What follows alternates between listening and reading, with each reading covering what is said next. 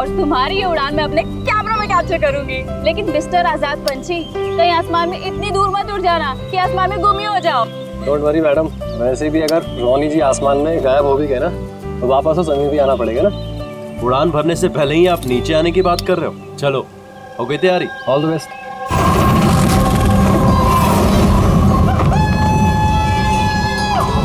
Yes, this is so much fun!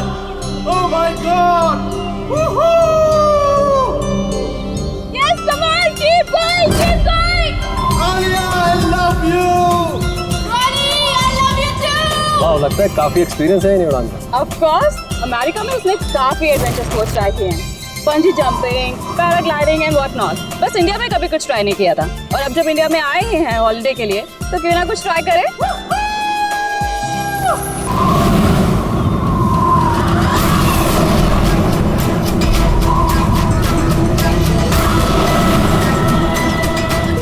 रोनी को कुछ हो गया। जॉन से कुछ हो गया, देखो।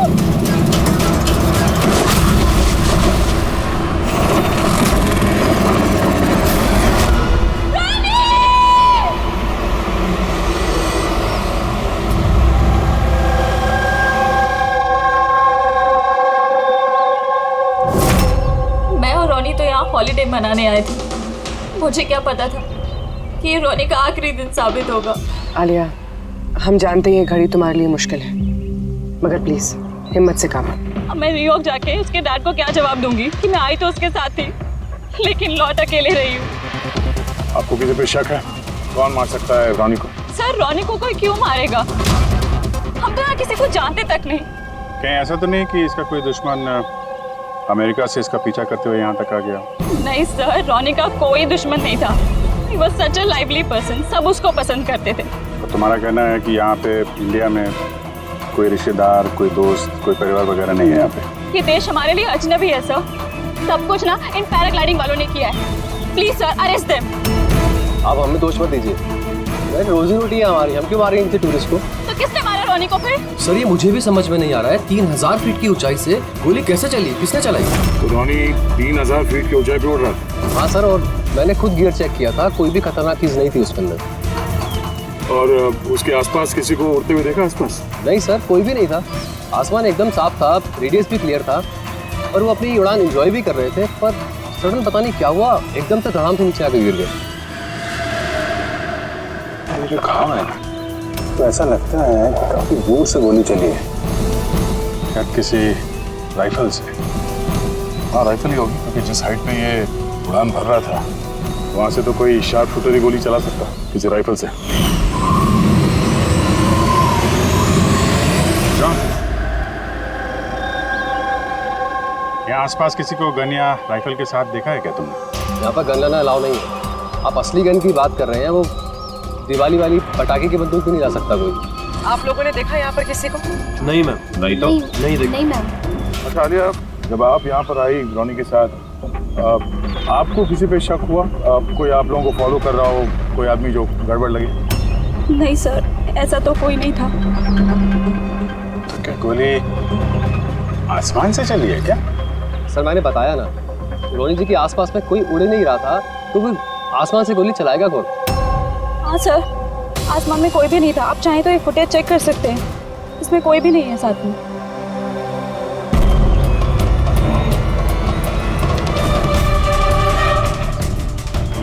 फुटेज में तो रोनी के आसपास दूर दूर तक कोई दिख नहीं रहा। सर, जमीन से नीचे से ऊपर किसी ने गोली नहीं चलाई। ये कह रहे हैं कि जब वो ऊपर उड़ा था तो कोई उसके आसपास नहीं था, तो ऊपर से भी गोली नहीं चला सकता। ये बताइए, ये गोली चली तो चली कहाँ से और किसने चलाई? कमाल है यार, इसका कोई दुश्मन नहीं है तो फिर इसको मारने के लिए इतनी प्लानिंग कौन करेगा? एक टेढ़ा केस लग रहा है। तो किसी टेढ़े आदमी को भेज देते हैं, टेढ़े सबूत, शायद उसे कुछ पता चल जाए।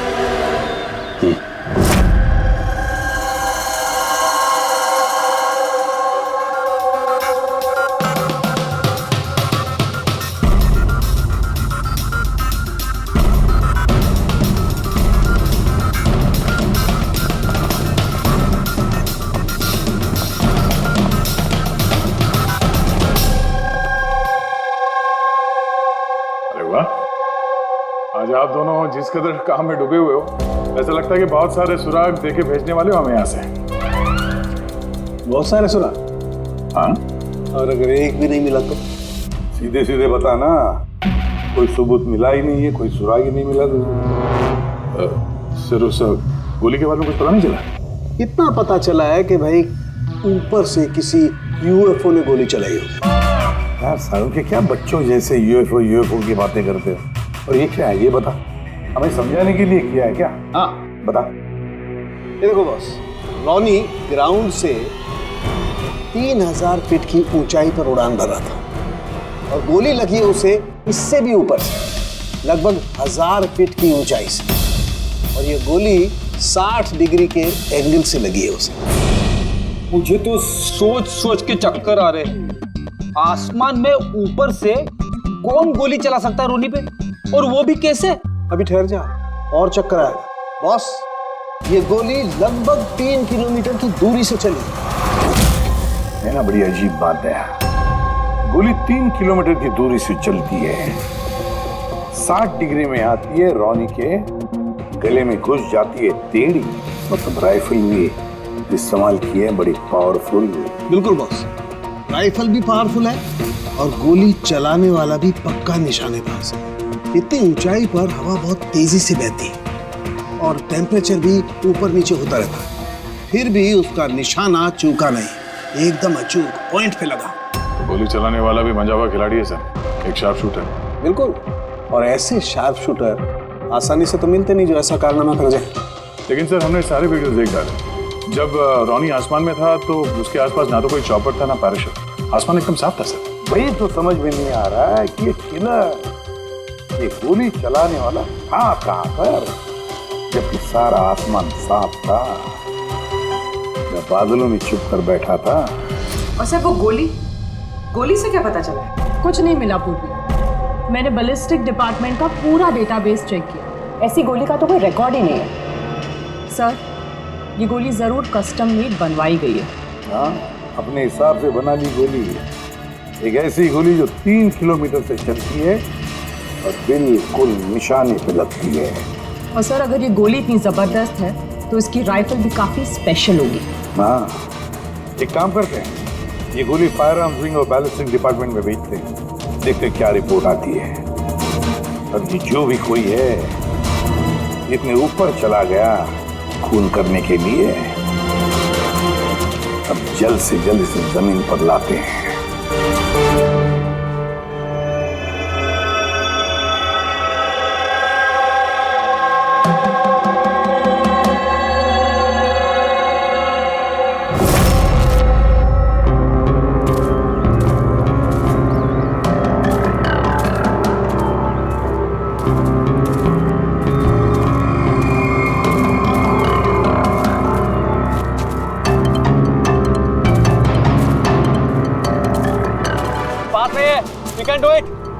यार गुरु, अब और नहीं चढ़ सकता, बहुत थक चुका हूं मैं।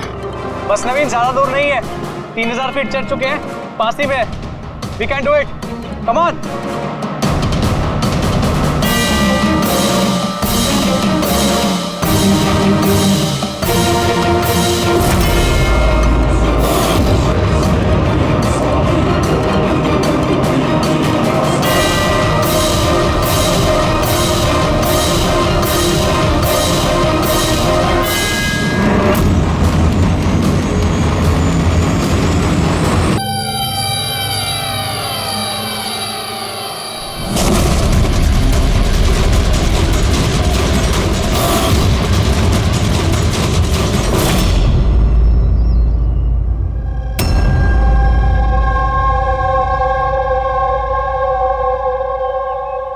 ऐसे लग रहा है जैसे रॉनी के मर्डर की फोटोकॉपी देख रहे हैं। 3000 फीट की ऊंचाई पे ठीक वैसे ही गोली मारी है सर के पीछे। इसको भी ऊपर से गोली। क्या आप लोग जब ट्रेकिंग कर रहे थे तो ये हितेन के पीछे भी कोई था क्या? नहीं सर, हितेन ही सबसे पीछे था सर। सर ये देखिए फुटेज।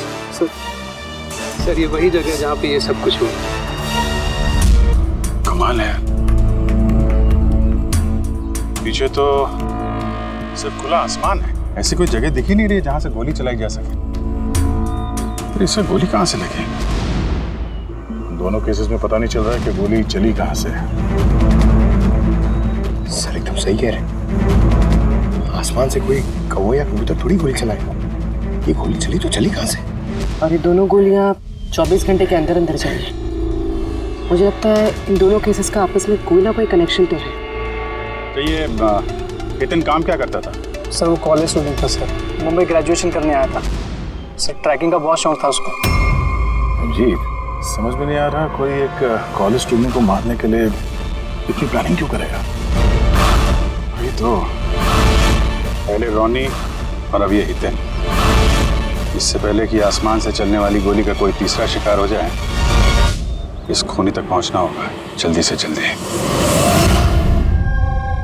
पिछले 24 घंटों में 2 खून हुए हैं, दोनों जवान बच्चे हैं और दोनों को मारने का तरीका भी क्या हाई प्रोफाइल। सर दोनों की मौत हुई है एडवेंचर स्पोर्ट्स करते हुए, जमीन से हजारों फीट ऊपर मारा है सर। मगर सर सोचने वाली बात है कि खूनी ने ये एडवेंचर स्पोर्ट वाला समय ही क्यों चुना इनको मारने के लिए? वो तो उन्हें कभी भी मार सकता था। इतनी लंबी प्लानिंग 2 बच्चों को मारने के लिए। सिर्फ प्लानिंग ही लंबी नहीं दया, गन भी लंबी। ये ऐसी। ये कौन सी राइफल है सर? ये है TX-65, रशियन गन है बॉस, लॉन्ग रेंज। ऐसी गन से मारा गया हो। सालुंके साहब, क्या इस गन से 3 किलोमीटर दूर निशाना लगाया जा सकता है?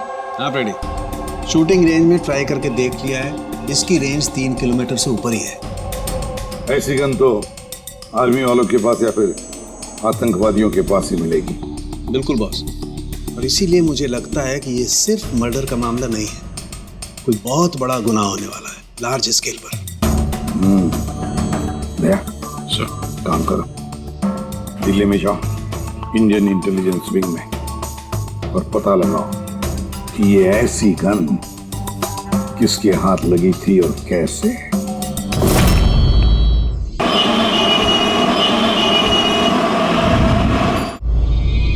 ये सारे खून इसी राइफल से हुए और आप लोग तो जानते हैं ऐसी हाई प्रोफाइल राइफल सबके हाथ में तो लग नहीं सकती। आप बिल्कुल सही कह रहे हैं सर। और गौर करने की बात तो ये है सर कि ये राइफल कोई खरीदना भी चाहे तो खरीद नहीं सकता। ये 1 या 2 पीस नहीं बिकती, पूरा का पूरा अलॉटमेंट होता है। तो पिछले कुछ सालों में जो आतंकवादी हमले हुए हैं उसमें ये इस तरह के राइफल इस्तेमाल हुए थे? जी हाँ। तो आपको किसी आतंकवादी गिरोह पे शक है? जी हाँ, अगर हमारा अंदाजा सही है तो हम जानते हैं कि इसके पीछे किसका हाथ है। कौन? इलवारे जिले में कुछ समय पहले हमारी आर्मी ने बहुत सारे हथियार जब्त किए थे।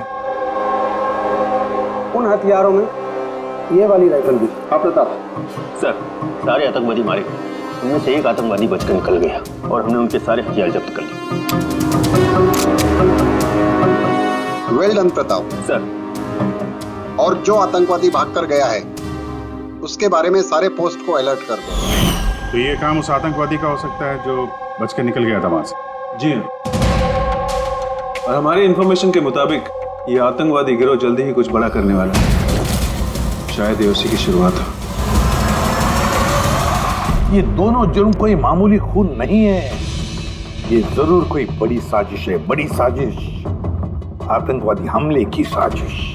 हाँ सर, और इस हमले को रोकने के लिए पहले इन आसमान से चलने वाली गोलियों का राज का पता लगाना पड़ेगा सर।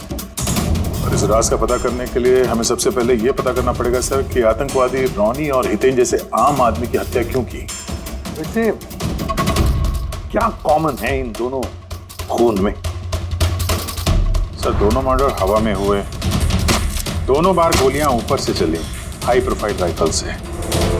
किसी प्रोफेशनल शार्प शूटर का काम है सर ये। और सर इन दोनों केसेस में कोई वैंटेज पॉइंट नहीं है, कोई ऐसी जगह नहीं है जहां पे बैठ के खूनी इन दोनों पे गोली चला सकता है। वैंटेज पॉइंट, वैंटेज पॉइंट, कहीं यही तो वजह नहीं हो सकती है? तो आप कहना चाह रहे हैं सर कि खूनी के पास कोई जगह नहीं थी बैठ के गोली चलाने की, और उसे ये पक्का करना था कि उसका टारगेट छूटे ना, उससे कोई चूक ना हो, इसलिए वो इन दोनों पे प्रैक्टिस कर रहा था। Exactly Abhijeet, exactly. वो निशानेबाजी की प्रैक्टिस कर रहा था। मतलब सर उसका असली टारगेट कोई और है? सर अगर कोई वैंटेज पॉइंट था ही नहीं तो फिर वो हवा में गोलियां कहां से चला रहा था? पंकज, तुम्हारे इस सवाल का जवाब तुम्हारे इस सवाल में ही है। ये बताओ कि मेरा मतलब है इंसान हवा में कैसे उड़ता है बिना पंखों के? सर एरोप्लेन से या फिर हेलीकॉप्टर से। बस तुम्हारा जवाब मिल गया। लेकिन सर वहाँ क्राइम सीन पे ऊपर आसमान में कोई चॉपर तो उड़ नहीं रहा था, ना ही कोई केबल कार थी वहां पे। दया कुछ और होगा, कुछ और होगा। अभिजीत, मैप निकालो। वहां उस पैराग्लाइडिंग और माउंटेनियरिंग कैंप के आसपास देखो। मेरा मतलब ऐसा कुछ है क्या जहां से आदमी हवा में उड़ सके? जंगल है और हाँ, ये 2 हॉट एयर बैलून रेंजेस भी हैं। कर देखो तुम, जहां पर खून है उसके आसपास कितने रेडियस में है ये? सर ये दोनों 60 किलोमीटर के रेडियस में है। एक बात तो पक्की हो गई, खूनी वहां पर उस हॉट एयर बलून में बैठा था और वहीं से उसने गोली चलाई 3 किलोमीटर की दूरी पे। सर अगर किसी को हॉट एयर बलून की सवारी करनी है तो पहले से बुकिंग करनी पड़ती है, कोई ऐसी नहीं जा सकता। कोई बात नहीं, तो वहां उस हॉट एयर बलून रेंज के ऑफिस में जाकर पता लगा कि ऐसा कौन सा टूरिस्ट था जिसने उन 2 दिनों। ये टोटल 12 लोगों की लिस्ट है जो उस दिन हॉट एयर बलून में बैठे थे। कुछ लोग अलग बैठे थे और कुछ लोग ग्रुप बना के बैठे थे। तुम्हें कुछ याद है कि इनमें से कितने लोगों के पास कोई सामान या कोई बैग्स थे? या फिर कोई बदमाश जैसा दिख रहा हो? नहीं, बदमाश तो कोई नहीं लग रहा था, लेकिन एक बूढ़ी आंटी थी जिन्होंने बैकपैक रखे हुए थे और वो चश्मा और टोपी भी लगाई हुई थी। हाँ, हम भी हैरान थे कि इस उम्र में ऐसी ट्रैवलिंग का जज्बा। और जब फोटोज खींची जा रही थी तो वो शर्मा रही थी और अपना मुंह छुपा रही थी। ये बुढ़ी आंटी शार्प शूटर सुनने में थोड़ा अजीब नहीं लग रहा है? हाँ सर, यही पायलट हुई थी। 25 फरवरी को कुल मिलाकर सर मैंने 6 लोगों को एयर बैलून की सवारी करवाई थी और 2 लोगों को दिनेश ने सर। अच्छा, तो उनमें से कोई गड़बड़ टाइप का आदमी लगा या जिसके पास कोई सामान वगैरह हो? सर ऐसा तो कोई नहीं था। हाँ, एक बुजुर्ग आदमी था, पता नहीं बात बात पर क्यों चिल्ला रहा था। शायद उसका मूड खराब था या खड़ूस था शायद। उसके हाथ में कुछ सामान था क्या? सामान तो नहीं था। हाँ, बैसाखी लेकर चल रहे थे। बैसाखी लेकर चल रहे थे? तुम लोग की हिम्मत कैसे हुई मेरी तस्वीर लेने की बिना मुझसे पूछे? जरा भी तमीज है कि नहीं है? उड़ाओ उसे, उड़ाओ। अच्छा, फोटो खींचने पे नाराज हो गए? कितनी अजीब बात है ना सर। लोग हॉट एयर बलून पे रोज रोज तो बैठते नहीं हैं, तो वो खुद ही फोटो खिंचवाना चाहते हैं ताकि वो इस मेमोरी को हमेशा अपने पास रख सकें। और कोई खास बात याद है उनके बारे में? सब पता नहीं बतानी चाहिए या नहीं। नहीं नहीं, बोलो, जो भी याद है खुल के बताओ। उन्हें चलता देख के लग नहीं रहा था कि उन्हें बैसाखी की जरूरत होगी, पर फिर भी उन्होंने बैसाखी पकड़ रखी थी। अच्छा,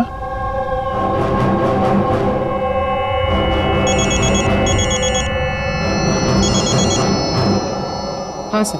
अपूर्वी, कुछ मालूम पड़ा? सर यहाँ पर एक बूढ़ी औरत आई थी और उसके हाथ में एक बैकपैक भी था। और हाँ, फोटो खिंचवाने से भी एतराज कर रहे थे। अच्छा, यहाँ भी एक बूढ़ा आदमी आया था हॉट एयर बलून में बैसाखी लेके, और उसे भी फोटो खिंचवाने से परहेज था।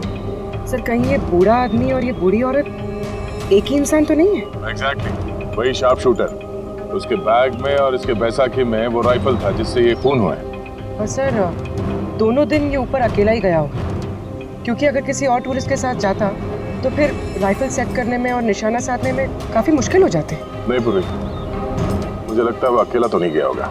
मतलब हॉट एयर बलून चलाना और साथ में ये राइफल भी चलाना, दोनों काम एक साथ करना जरा मुश्किल है। इस हॉट एयर बलून का पायलट भी होगा साथ में। मतलब सर इस जुर्म में पायलट भी मिले हुए हैं? यस, एक काम करो, उस पायलट को पकड़ो जल्दी। उस दिन उस बूढ़ी औरत को ऊपर बलून में कौन ले गया था? पायलट कौन था? संजीव था।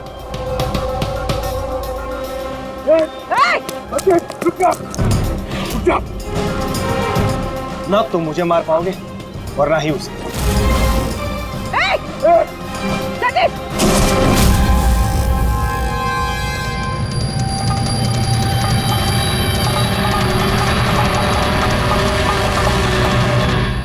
मैं तो अपनी जान देने के लिए तैयार था। ये कोई छोटे मोटे मर्डर्स नहीं है पंकज, कोई बहुत बड़ा मिशन है जिसे अगर जल्द से जल्द नहीं रोका गया तो कुछ बहुत बुरा हो सकता है। अच्छा गीता, 24 फरवरी को जो आदमी ग्रुप में नहीं जाना चाहता था, अकेले जाना चाहता था, उसका पायलट कौन था? कौन लेकर? सोलो ट्रैवलर को तो दिनेश लेकर गया था। कमाल है दिनेश, इतनी देर से चुप बैठे हो, कुछ बोल ही नहीं रहे हो। तुम लोग मुझे पकड़ नहीं पाओगे।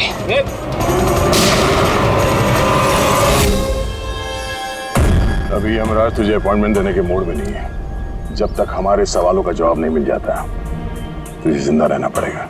चल। मार लो, जितना मार सकते हो मार लो, मुझे कोई फर्क नहीं पड़ता। वैसे भी तुम्हारे इन कानून के कमजोर थप्पड़ों में इतनी ताकत नहीं है कि मेरे जुर्म की मजबूत हड्डियों को गला सके। मुझे तुम्हारे साथ जोर जबरदस्ती करना होता तो उसके लिए तो 2 मिनट का काम है हमारे लिए, पर बाद में ख्याल आता है तुम्हारे परिवार का, तुम्हारी बहन। अगले महीने उसकी शादी है ना, कैसा लगेगा उसे कि उसकी शादी हो रही है और शादी के वक्त उसका भाई इस दुनिया में नहीं है? हाँ? और तुम्हारी माँ हर महीने खर्चे के लिए पैसे भेजती हो ना, तुम्हारे जाने के बाद कौन ख्याल रखेगा उसका? कभी सोचा है इसके बारे में? हाँ? नहीं? चलो, अब भी मौका है, सरकारी गवाह बन जाओ। वादा करते हैं तुम्हारे जेल जाने के बाद तुम्हारी माँ का ख्याल हम रखेंगे। सच? मतलब पूरा ख्याल रखोगे? पूरा ख्याल? हाँ, तुम्हारी माँ का पूरा ख्याल रखेंगे। तुम बस ये बताओ कि किसके लिए काम करते हो? तुम्हारा बॉस कौन है? बता दो, पक्का बता दो? हाँ बताओ। मैं जिसके लिए काम करता हूं ना, मेरा बॉस है सर, उसका नाम है एसीपी प्रद्युम्न।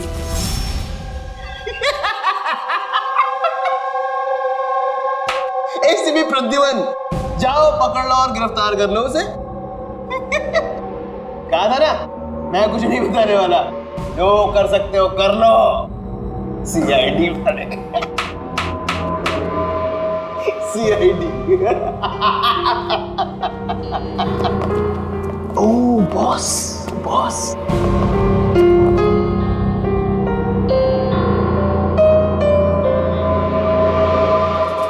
कोई बात नहीं, कुछ मत बताना। अब हम ना तुमसे कुछ पूछेंगे, कुछ बताने के लिए तुम पर जोर जबरदस्ती करेंगे, कुछ नहीं, सिर्फ एक करेंगे, हम तुम्हें सोने नहीं देंगे। सोने नहीं देंगे? वैसे भी मैं अगर जागता रहा तो मैं कुछ बताने नहीं वाला हूं आप लोगों को। कोई जरूरत नहीं, कुछ मत बताओ, पर सोने नहीं देंगे तुम्हें। ओके? यार दया, मैंने तो सुना है कि आदमी खाने पीने के बगैर तो काफी दिनों तक सरवाइव कर सकता है, लेकिन सोए भी नहीं। कितना तड़पेगा ये बेचारा, बड़ी बुरी मौत मरेगा, मुझसे तो देखा नहीं जाएगा।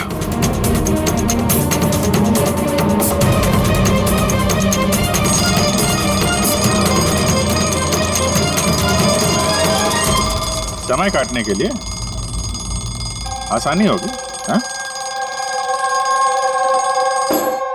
अपनी जिंदगी के आखिरी पल अपनी आंखों के आगे गुजरते हुए देखो, ठीक है?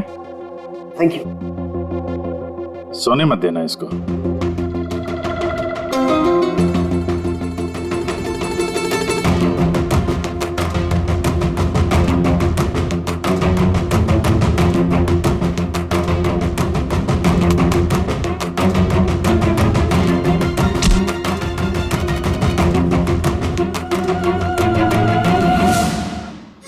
Ready sir. अरे कहाँ हो यार?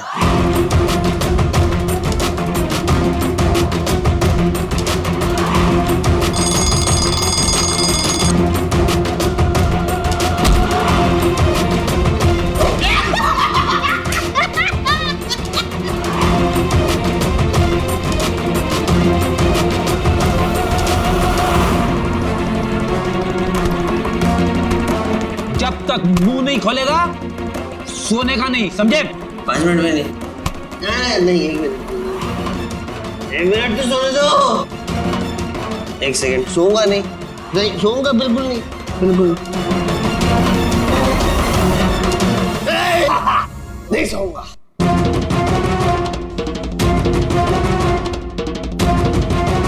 बस अब टूटने वाला ही है।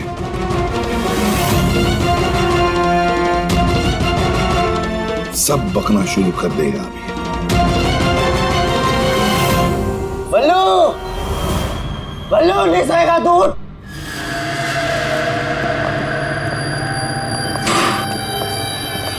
क्या सोना चाहता है?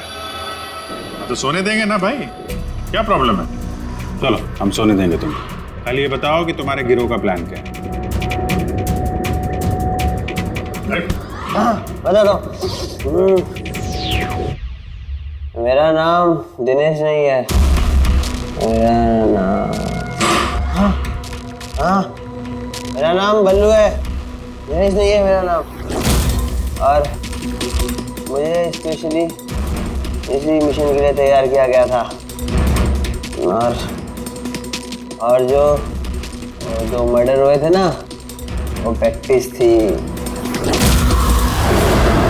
हमारा असली मिशन है उसको मारना। और क्या नाम है उसका? Steve Mulder. स्टीव मल्डर, वो इंटरनेशनल पीस मीडिएटर, शांति दूत जो हमारे देश आया है, दुश्मन देशों के बीचों शांति का करार करवाता है, आतंकवाद बंद करने के लिए। किसी भी हम नहीं चाहते कि आतंकवाद कभी रुके। और स्टीव मल्डर तो मरेगा, तुम लोग कुछ नहीं कर सकते। और तो कर भी लोगे ना, उसको बचा भी लिया ना, और स्टीव मल्डर को खत्म कर देंगे हम।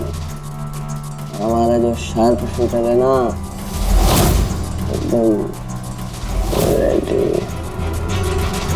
कहाँ मारने वाले और कब? बोल। वो जब कॉन्फ्रेंस में भाषण दे रहा होगा ना, वो सबसे सही वही सबसे सही समय होगा, क्योंकि उस समय उसके आसपास सिक्योरिटी वाले नहीं होंगे। और जो कॉन्फ्रेंस है ना, ये बिल्डिंग की छत पे है, तो हॉट एयर बैलून पे हमारा शार्प शूटर जाएगा, वहीं गोली मारेगा। कॉन्फ्रेंस 1 घंटे में चालू होने वाला है, अभी जल्द से जल्द पहुंचना होगा। अरे तुम लोग कितनी कोशिश कर लो, नहीं बचा पाओगे उसे। और हाँ, अगर तुम लोगों ने बचा भी दिया ना, तो हम दोबारा प्लान बनाएंगे, दोबारा मार देंगे। कौन मारेगा? कैसा दिखता है वो? अरे मैंने उसकी शक्ल नहीं देखी अभी तक। जब भी आता है भेज बदल के आता है। तुम लोग क्या उसमें पकड़ोगे? हॉस्पिटल ले जाओ जल्दी। सर, क्या हम हॉट एयर बलून रुकवा नहीं सकते जब तक ये कॉन्फ्रेंस पूरी न हो जाए? नहीं फ्रेडी, ये हॉट एयर बलून हम नहीं रुकवाएंगे। अगर आज रोक दिए तो कल दूसरा प्लान करेंगे।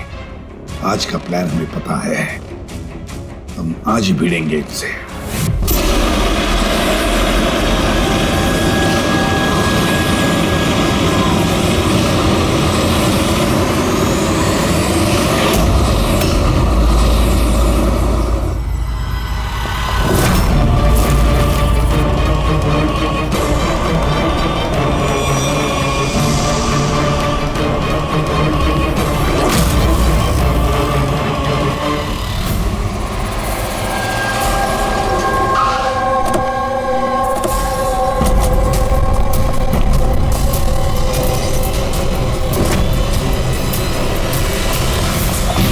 CID, मिस्टर स्टीव मल्डर का है। ऊपर कॉन्फ्रेंस में। हमें ले चलो उनके पास, जल्दी हरी।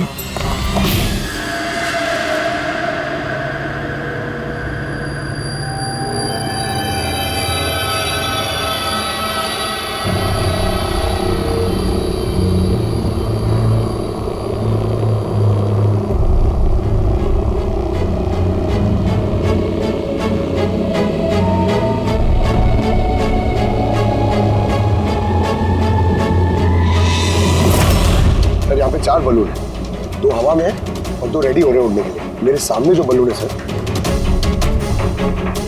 उसमें एक कपल है और वो लड़के के पास एक बैकपैक है। नजर रखो उन पे, कौन कौन आ रहा है, कौन कौन जा रहा है, सब पे ध्यान रखना। ओके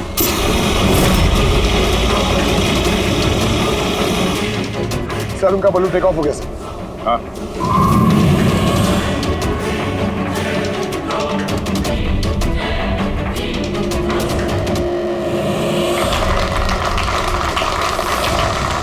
इस दुनिया में टेररिज्म क्यों है, ये क्वेश्चन बहुत जरूरी है। और ये टेररिज्म तभी स्टॉप हो सकते हैं जब सभी देश भाई भाई की तरह साथ रहें। टेररिज्म को जड़ से उखाड़ फेंकना होगा हम सबको।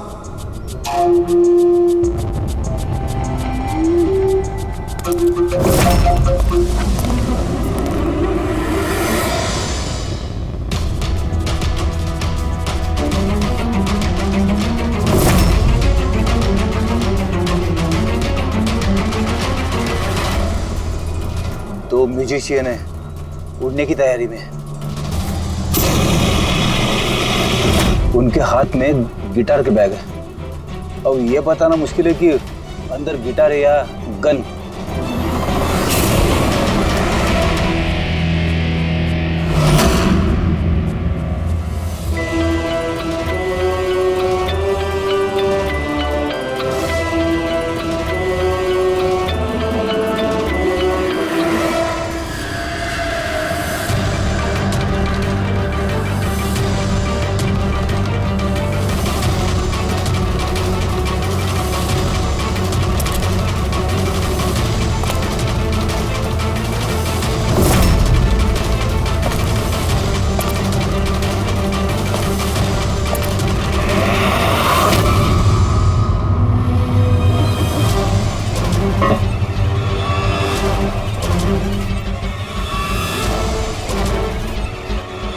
सर, और एक आदमी आया है, उसके पास एक बैकपैक और एक क्रच है।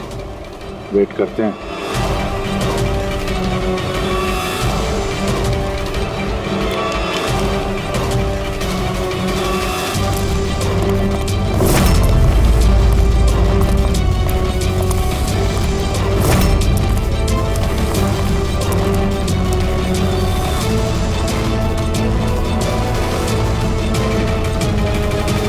सर, कैमरा क्रू वाले आए हैं, उनके पास 2 बैग है। Camera crew?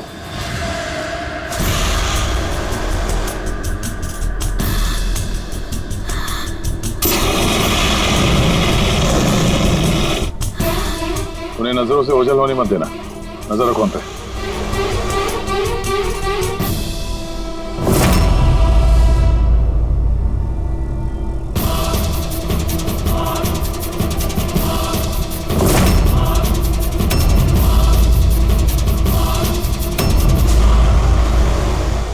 यहाँ तो बहुत सारे बलून उड़। सुसाइड बॉम्बिंग क्या है? कोई खुशी खुशी हो अपनी जान देने को कैसे रेडी हो सकते हैं? जिंदगी अनमोल। Oh no, We need to respect ये सारे बलून? life. और our देश वो कौन सा बलून होगा जिसकी हमें तलाश है? लगता है भेष बदल के आया है। तो शक्ल से कुछ गड़बड़ लग रहा है।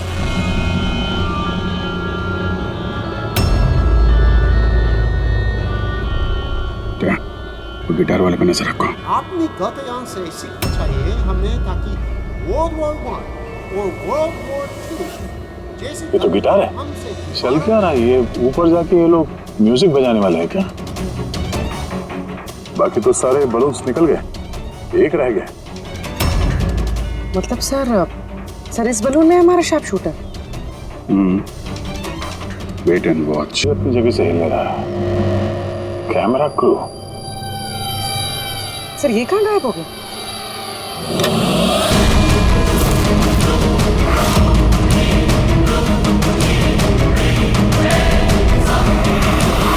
सर इसके पास तो राइफल है, वैसे जैसे साड़ों के सर ने बताई थी। अभिजीत,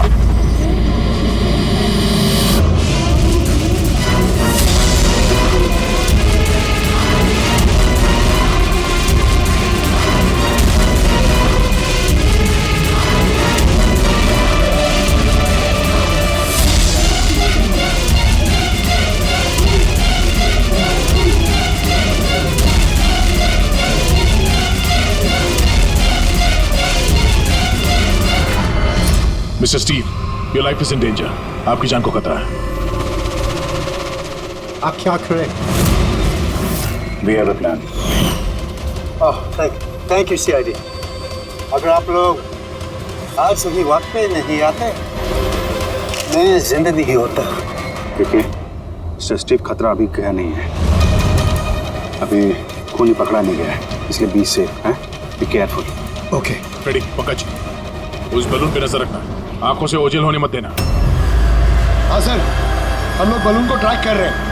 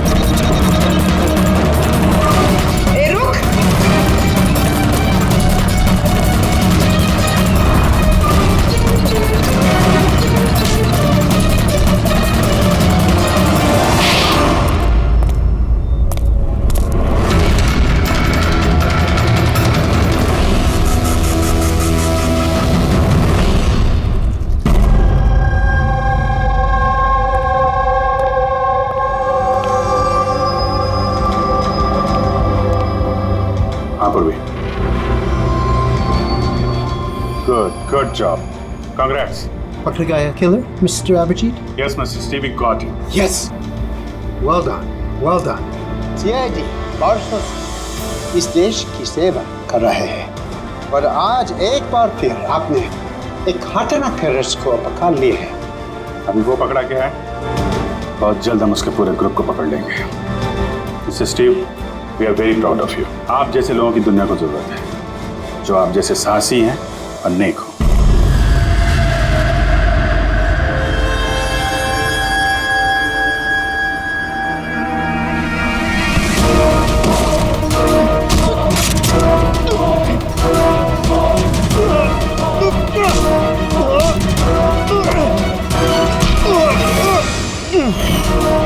तो तुमने भेस बदलकर अपनी और हितेन का खून किया था।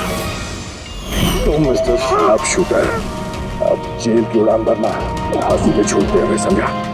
तुम्हें क्या लगता है तुमने मुझे पकड़ लिया तो स्टीव जिंदा बच जाएगा? कभी नहीं। हमारी तादाद इतनी ज्यादा है कि तुम्हारा कानून हमें ढूंढते ढूंढते थक जाएगा, लेकिन हम खत्म नहीं होंगे। खत्म होगा तो तुम्हारा ये देश। एक खटमल हमारे देश पे बुरी नजर डालने वाले आए और चले गए। जानता है हमारे देश को आजाद हुए कितने साल हो गए? 70 साल। और पिछले 70 सालों में हमारे देश के वीरों ने न जाने कितने आतंकवादियों का खात्मा किया है। आज तेरी बारी है, कल तेरे साथियों की बारी होगी। हमारा देश रहेगा और खुशहाल रहेगा। और अगर इस देश से किसी चीज का खात्मा होगा, वो है आतंकवाद, समझा? आतंकवाद।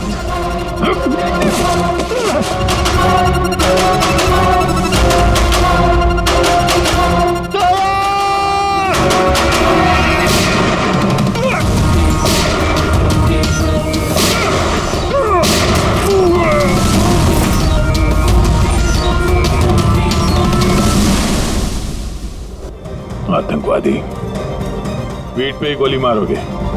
हम लोग यहाँ खाते गोली, यहाँ।